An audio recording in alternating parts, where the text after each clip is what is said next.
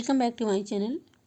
बच्चों, आज हम 6 क्लास की साइंस बुक का पाठ पढ़ेंगे, इकाई 3, और इसका नाम है पदार्थों का पृथक्करण।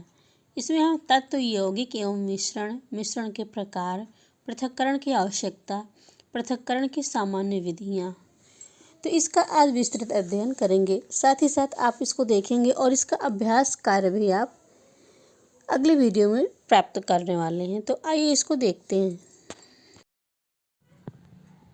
बच्चों, ये जो तीसरा पाठ है, इकाई 3, पदार्थों का पृथक्करण यानी पदार्थों को अलग करना, इस पाठ में आप इसको देखेंगे और समझेंगे। बहुत ही महत्वपूर्ण विषय है ये। तो इसमें आप जानेंगे तत्व, यौगिक एवं मिश्रण के प्रकार, पृथक्करण की आवश्यकता, पृथक्करण की सामान्य विधियाँ क्या हैं, इसके संबंध में आप जानने वाले हैं विस्तार पूर्वक। जैसे इसे बच्चों को समझाते हुए बताया गया कि शीला गर्मी के मौसम में दोपहर में विद्यालय से घर आती है। थोड़ी देर पश्चात उसकी माँ उसे मीठा शरबत देती हैं। इसको पीकर उसे राहत मिलती है और पुनः अपने कार्य में जुट जाती है। तो क्या कभी आपने शरबत को बनते हुए देखा है? सामान्यतः घरों में शरबत बनाने के लिए पानी में चीनी, नींबू का रस एवं बर्फ के टुकड़े डालते हैं और मिश्रित अवयवों को चम्मच से घोल लेते हैं। तो हम कह सकते हैं कि पानी, चीनी, नींबू का रस और बर्फ के टुकड़ों से बना शरबत एक मिश्रण है। तो अब यहाँ सवाल उठता है कि मिश्रण क्या है? तो इसका जवाब बहुत ही आसान शब्दों में दिया जा सकता है। मिश्रण क्या है? तो इसका उत्तर है, मिश्रण वे पदार्थ हैं जिनमें 2 या 2 से अधिक पदार्थ किसी भी अनुपात में मिले होते हैं। मिश्रण वह पदार्थ है अथवा मिश्रण उसे कहते हैं जिसमें 2 या 2 से अधिक पदार्थ किसी भी अनुपात में मिले होते हैं। तो आप मिश्रण को समझ गए कि मिश्रण किसे कहा जा सकता है। और मिश्रण बहुत प्रकार के होते हैं, जैसा कि आप तालिका में देख सकते हैं। मिश्रण जैसे वायु, तो वायु में ऑक्सीजन, नाइट्रोजन, कार्बन डाइऑक्साइड एवं जलवाष्प मिला होता है, तो इसका मिश्रण है। दूध भी मिश्रण है। दूध में जल, वसा, प्रोटीन, कार्बोहाइड्रेट, विटामिन्स इत्यादि मिले होते हैं। समुद्री जल में जल के साथ ही साथ विभिन्न प्रकार के लवण भी मिले होते हैं। आइसक्रीम दूध और शक्कर का मिश्रण है। सोडा वाटर में खाने का सोडा, कार्बन डाइऑक्साइड एवं जल का मिश्रण होता है। तो ये मिश्रण है। आपको मिश्रण के बहुत सारे उदाहरण जानने को मिले। जैसा कि अगर पूछा जाए मिश्रण किसे कहते हैं, तो मिश्रण के बारे में आप बता सकते हैं। मिश्रण के प्रकार हैं तो ये भी बता सकते हैं। जिससे हमारे आसपास बहुत सी वस्तुएं हैं जिनका हम उपयोग करते हैं। अलग अलग पदार्थों का मिश्रण होता है। और ये देखिए तालिका 2 में दिखाया गया है। इस तालिका से स्पष्ट है कि मिश्रण 2 या 2 से अधिक पदार्थों से मिलकर बने होते हैं। मिश्रण में मिश्रित अवयवों के सभी गुण पाए जाते हैं, जैसे नींबू के शरबत में शक्कर की मिठास और नींबू के खट्टेपन का स्वाद होता है। तो इसी प्रकार चाय में भी कई तत्व मिले होते हैं, चीनी, अदरक, चायपत्ती, दूध। खिचड़ी में नमक, दाल, चावल इत्यादि का मिश्रण। बेसन का लड्डू, बेसन, घी, चीनी इत्यादि का मिश्रण है। पराठा में भी आटा, नमक, चीनी, ऑयल ये सब मिश्रण है। खोए की बर्फी, चीनी, इलायची, दूध इत्यादि इसमें भी मिश्रित पदार्थ मिले हुए हैं। अब आप जानेंगे शुद्ध पदार्थ और अशुद्ध पदार्थ क्या होता है। शुद्ध पदार्थ में केवल एक ही प्रकार का पदार्थ पाया जाता है एवं इनके कण समान होते हैं, जैसे सोना, चांदी, लोहा, तांबा, नमक और शक्कर आदि। तो यहाँ हम देखते हैं कि शुद्ध पदार्थ कौन है। तो शुद्ध पदार्थ में केवल एक ही पदार्थ पाया जाता है और शक्कर के सभी कण समान होते हैं। इसी प्रकार नमक में भी सभी कण समान होते हैं, परंतु नमक एवं शक्कर के कण एक दूसरे से भिन्न होते हैं। शुद्ध पदार्थ की अपनी विशेषताएं होती हैं। शुद्ध पदार्थ भी तत्व एवं यौगिक में बटे होते हैं। अब देखते हैं इसमें कि जो तालिका आपके सम्मुख है उसमें गुणों के आधार पर तालिका में शुद्ध पदार्थ एवं मिश्रण में अंतर को समझा जाएगा। तालिका है 3.3, क्रम संख्या, गुण, शुद्ध पदार्थ और मिश्रण। तो गुण है देखो कणों के प्रकार। अब इसमें शुद्ध पदार्थ केवल एक ही प्रकार के कणों से मिलकर बनता है। मिश्रित पदार्थ जो है 2 या 2 से अधिक कणों से मिलकर बनता है। संगठन, इसका संगठन निश्चित होता है, मिश्रण का संगठन निश्चित नहीं होता है। अवयव के गुण। शुद्ध पदार्थ की अपनी विशेषताएं एवं गुण होते हैं, जैसे नमक, चीनी आदि। मिश्रण के गुण उनके अवयव पर निर्भर करते हैं, जैसे शरबत, चाय आदि। पदार्थ की प्रकृति। शुद्ध पदार्थ में उसके अवयव दिखाई नहीं देते, अतः यह समांग एक जैसा होता है, जैसे नमक, शक्कर, सोना, चांदी। मिश्रण समांग या विषमांग दोनों प्रकार के होते हैं, जैसे शरबत समांग है, जबकि जल एवं बालू का मिश्रण विषमांग है। तो ये भी आपने जाना, समांग और विषमांग।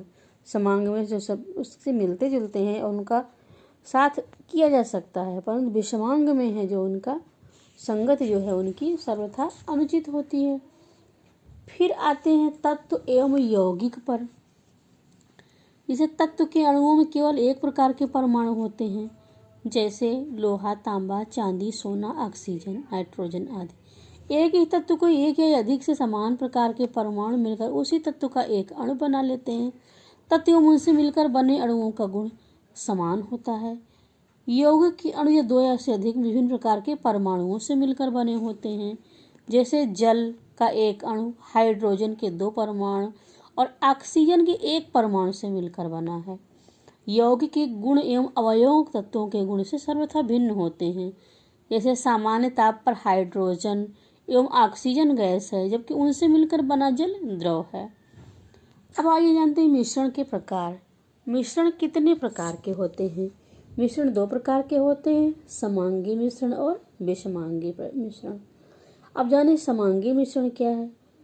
समांगी मिश्रण जो है वो ऐसा मिश्रण है जिसमें 2 या 2 से अधिक अवयव उपस्थित होते हैं, किंतु उन्हें अलग अलग नहीं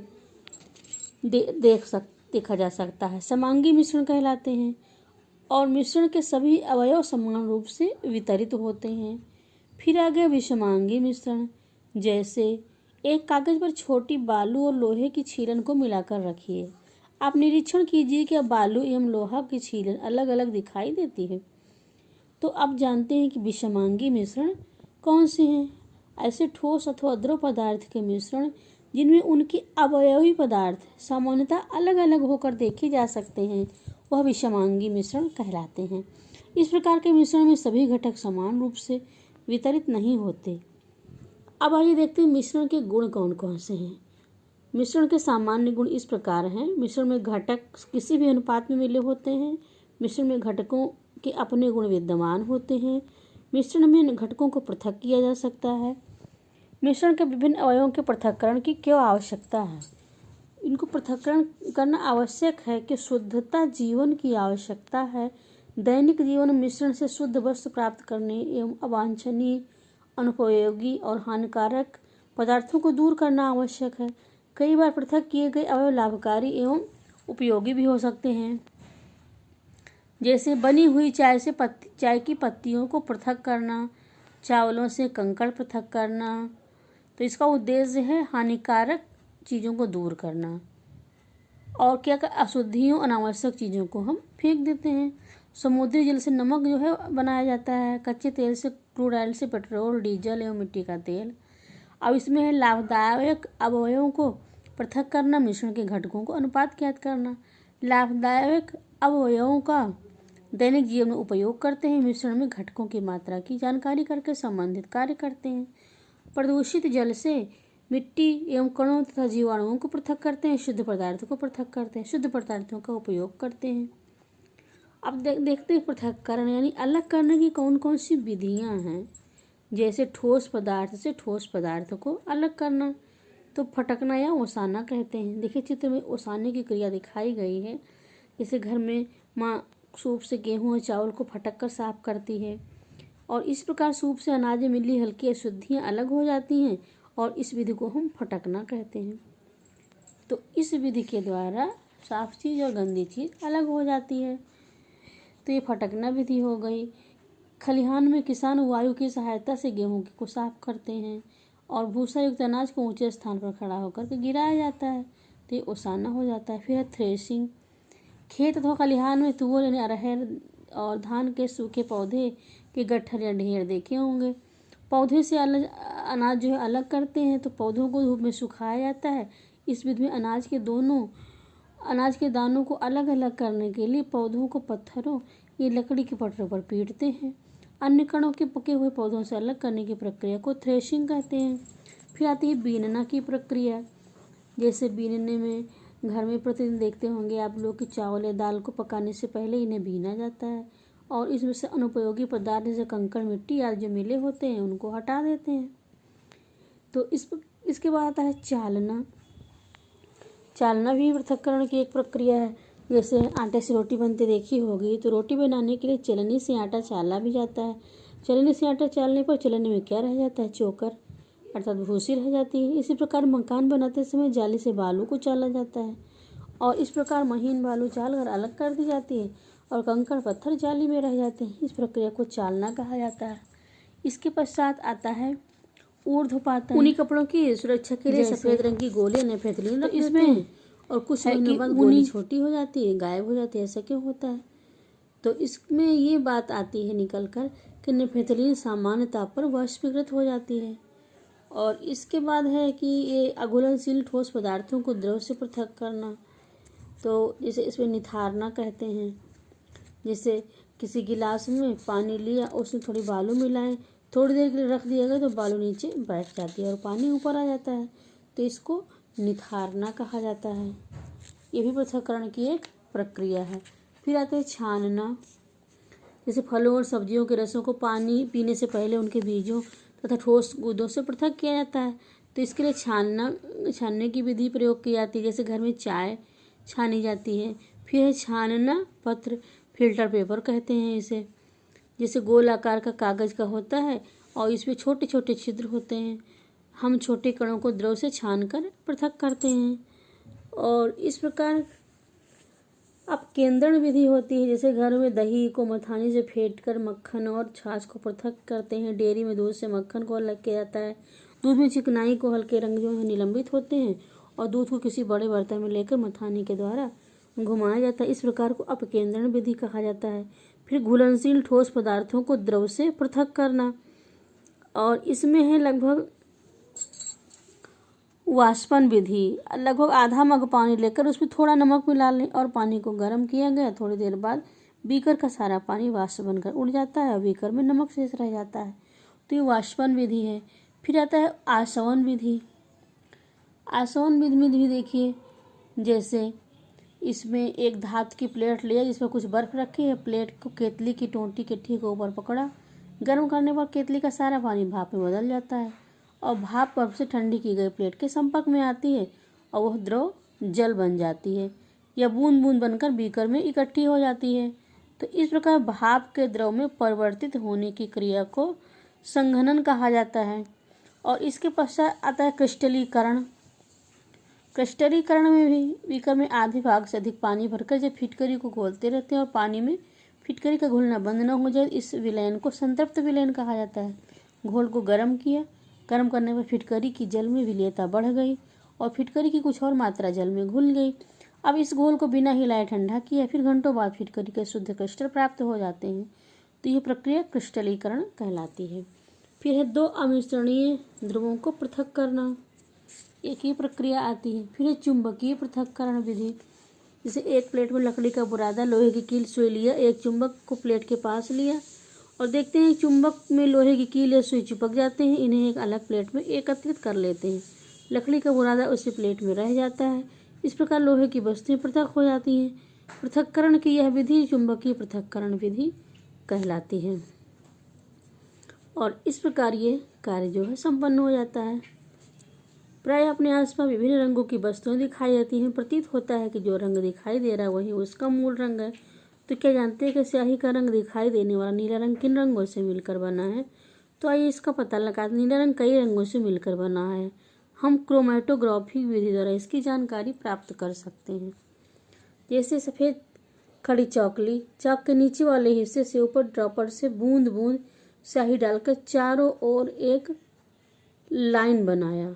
ध्यान से दीजिएगा, एक सफ़ेद खड़ी चाक लिया और चाक के नीचे वाले हिस्से में थोड़ी ऊपर से ड्रॉपर से बूंद बूंद स्याही डालकर चारों ओर एक लाइन बनाएं। एक प्लेट में थोड़ा पानी लेकर उसमें चौक का चौड़ा वाला हिस्सा रखें।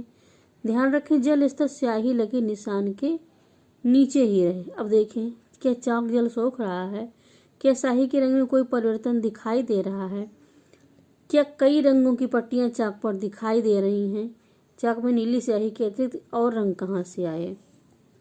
चाक के ऊपरी सतह पर जल के अवशोषण किए जाने के पूर्व ही चाक पानी से बाहर निकाल लें। अब चाक के निचले स्तर से ऊपरी स्तर रंगों के पैटर्न में के अंतर देखा। अपनी अभ्यास पुस्तिका में चाक पर दिखने वाले रंगों की पट्टियों का चित्र बनाएं। अब इस प्रकार देखते हैं, स्याही में केवल एक नीला रंग दिखाई देता है, परंतु वास्तविकता यह है कि स्याही कई रंगों से मिलकर बनी होती है। रंगों के पृथक्करण की यह विधि क्रोमैटोग्राफी विधि कहलाती है। तो इस प्रकार हमने इस पाठ में जाना कि शुद्ध पदार्थ में केवल एक ही प्रकार का पदार्थ होता है। शुद्ध पदार्थ तत्व में यौगिक में बटा होता है। तत्व के अणु में केवल एक प्रकार के परमाणु होते हैं। यौगिक के अणु दो या दो से अधिक प्रकार के परमाणुओं से मिलकर बने होते हैं। मिश्रण वे पदार्थ है जिनमें दो या से अधिक पदार्थ के वे अनुपात में मिले होते हैं। अनाज से कंकड़ पत्थरों को बीनना विधि को पृथक करते हैं और गेहूं से भूसा पृथक करने में फटकना और ओसाना विधि का प्रयोग करते हैं। द्रव में घुलनशील ठोस पदार्थों के तलछटीकरण और निथारना, छानना एवं अपकेंद्रण विधि द्वारा पृथक करते हैं। द्रव में घुलनशील ठोस पदार्थों को पृथक करने के लिए वाष्पन, आसवन एवं क्रिस्टलीकरण विधियों द्वारा पृथक करते हैं। दो अमिश्रणीय द्रवों को पृथक्करणीय कीप द्वारा पृथक करते हैं। रंगों में पाए जाने वाले विभिन्न अवयवों को पृथक करने में क्रोमैटोग्राफी विधि का प्रयोग करते हैं। तो इस प्रकार ये पाठ यहीं पर संपन्न करते हैं और इसका अभ्यास कार्य हम अगली वीडियो में प्रस्तुत करेंगे। आप सबको अगर ये पाठ एक्सप्लेनेशन अच्छा लगा हो तो कृपया लाइक करें और शेयर करें, साथ ही साथ अन्य शिक्षक भाइयों तक पहुंचाएं और बच्चों तक भी, ताकि बच्चे इसको देख सकें और लाभ उठा सकें। अगली वीडियो में फिर मिलेंगे, तब तक के लिए नमस्कार मित्रों।